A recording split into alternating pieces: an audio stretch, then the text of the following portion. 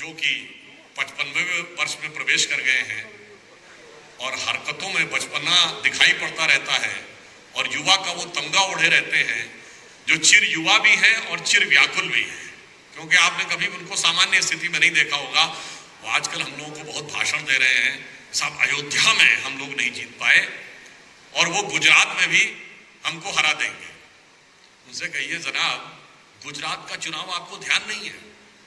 पिछले गुजरात के चुनाव में जब हम वहां पर थे तो 150 का टारगेट रखा गया था, 182 सीटें, तो हम लोग कह तो दिए थे 150 आएंगे, मगर मन में एक संदेह रहता था, क्योंकि गुजरात में 32 सीटें ऐसी थी जो सन 47 से लेकर आज तक कांग्रेस कभी नहीं हारी थी, और आप सोचिए उसमें से आधी सीटें हम लोगों ने हरवा दी।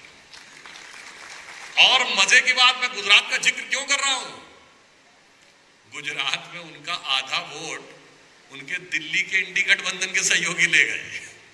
यानी गुजरात का जो भाव है कांग्रेस के लिए वो दिल्ली से जुड़ा हुआ है। तो मैं उनसे कहना चाहूंगा कि हमको हराने का ख्वाब तो छोड़िए, पहले गुजरात में आपका वोट जिसने हाफ कर दिया था उसकी तरफ देखिए। यानी आम आदमी पार्टी जिसने पंजाब में आपकी सत्ता का स्विच ऑफ कर दिया, गुजरात में आपका वोट हाफ कर दिया, दिल्ली में आपको साफ कर दिया, और उसके बाद भी आपने उसको माफ कर दिया। मगर अब आप देखिए, जो लोग हमसे कहते थे कि हमारा गठबंधन पे सवाल उठाते थे, सबसे पहला जवाब भी दिल्ली नहीं दिया। सबसे पहले इंडी गठबंधन में टूट कहां हुई? दिल्ली में।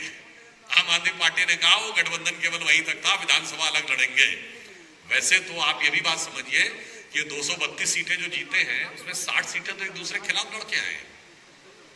13 सीटें पंजाब की, 42 सीटें बंगाल की 55 और 20 सीटें केरल की 75 सीटों पे एक दूसरे के खिलाफ लड़े हैं।